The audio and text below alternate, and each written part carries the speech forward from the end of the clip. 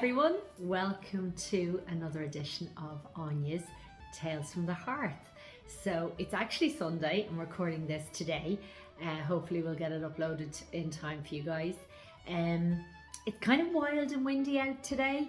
It's not like storm, but it is wild and windy. And as usual, it's lovely and cozy in here.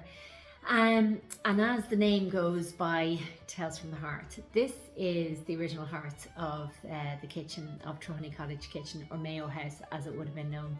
Those of you that have read the blogs know sort of the backstory and the history.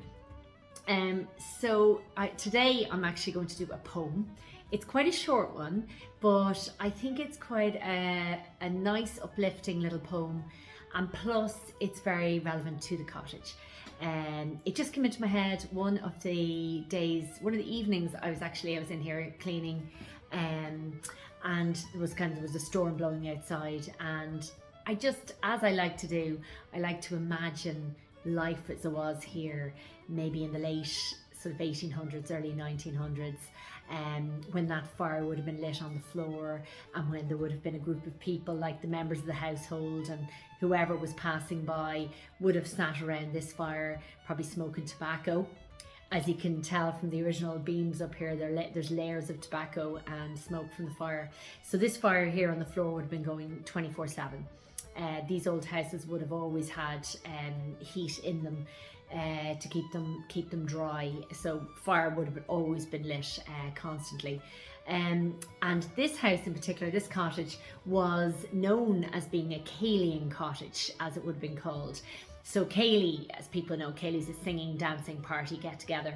And there was particular houses in the locality that would have been sort of hotspots, I suppose, Caillean hotspots, for people to come and gather and meet and have music. And I'd heard that from local people, but this was one of those Caillean cottages, and seemingly the door was kind of always open, and people would stop in quite regularly, whether for a catch up, to have a bit of a sing song, play a bit of music, whatever. And actually I was once upon a time, myself and my brother and my brothers-in-law had a little trad band called Good Man Granny. We haven't done anything in ages, we must do something again, but we would have done quite a bit of music in here. We would have done a bit of practicing in here, and the acoustics in here are amazing. Just the shape of the roof and the way the stone walls are and the ground. These sort of houses, it's a beautiful sound. There's just a beautiful reverb and a lovely sound in these old cottages, these old houses. So I can understand why this would have been a lovely central point for people to meet and play music. And that was the theme and the idea, picturing the people coming in and the fire lighting and the crack, as we say here, the bit of crack and the music. And it's all people of the time. It would have been, their way of socializing. People would have cycle bikes. There would have been, people would have been constantly, up and down on bikes, pony and trap. Would have been up and down this road here. It was quite a little busy spot. It's a really quiet rural area now, and actually back in the day it would have been a really busy little spot. So I like to imagine all those souls coming in and out, and living in the moment and enjoying life, because it would have been a hard life. It would have been a tough life. Hard work, really, really hard work. Maybe not as tough mentally as life is for people now, but certainly physically.